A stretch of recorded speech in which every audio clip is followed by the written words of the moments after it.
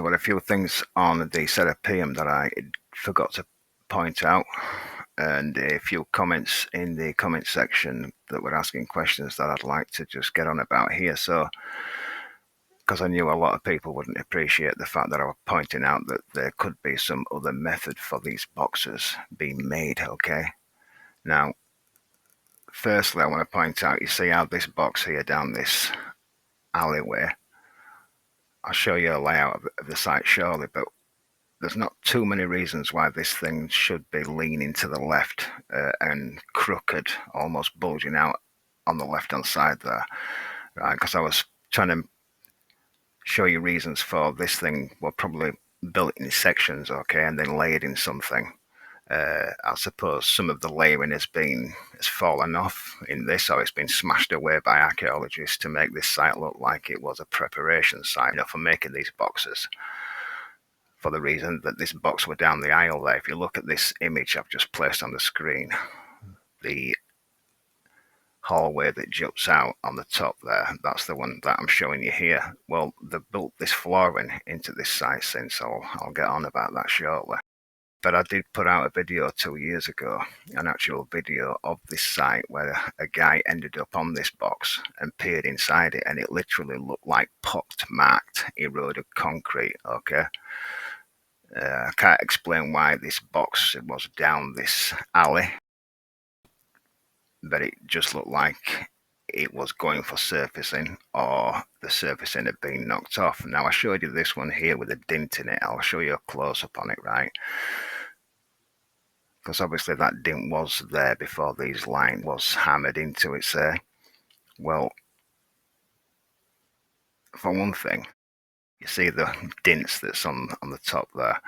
Well, if this was hard stone, such as granite, andesite, diorite, if anything bashed away at stone, it would just completely smash it into bits, right? And it would crumble away. So the fact that those dints are there in the first place tells you that this stuff was either soft when these things were made and pressed out, right? Or it was surfaced in something very thickly, because the reason that that's there, well, there is no other reason. And this box that's in this niche is also leaning to one side, as if it hadn't hardened properly, right? And the weight of it, because these things weigh 80 ton, when they placed it on the floor, it kind of lopsided a bit. And I also think that the red lines that's running through it is maybe where it began to crack, right, as it started to lopside. And it was a patchwork that somebody, came and patched it up with something later, likely with a different substance, because it will have hardened, like an enamel or something. This is an image that I forgot to place in the last video.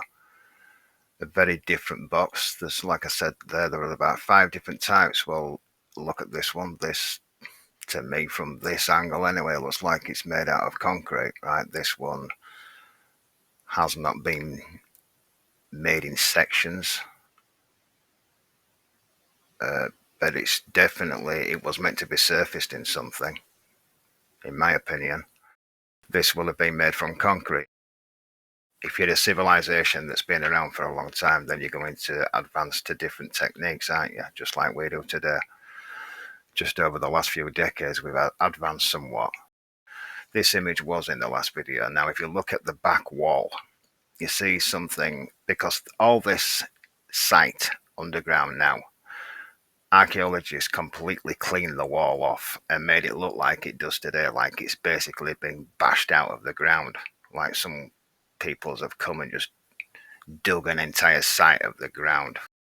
Well, if you look at the back wall, you can see some of it's still left on the wall. You can make of that what you will. All right. Well, the hallways, the floor that they've since built in there, I don't know why these niches are in the floor. Now, they could just be to light up the area, right? But I don't think so, because they've got lights running down the walls and the roof like you would do. So why these niches are still there, it's just strange. I've always thought when I first got into this that they've almost kept a remnant of what they found there, right? That there was some sort of rail system here for carrying these things around, maybe. There is indeed another level to this underground. If you can find any more information on that, then do so. Let me know about it, maybe. But the image I'm showing now is what archaeologists are since turning it into, and this is not the reason why I would go visit Egypt. Well, it is the reason why I would never go visit Egypt now, because all the great sites end up looking like this. It's a theme park. This is not any reason why I would want to go visit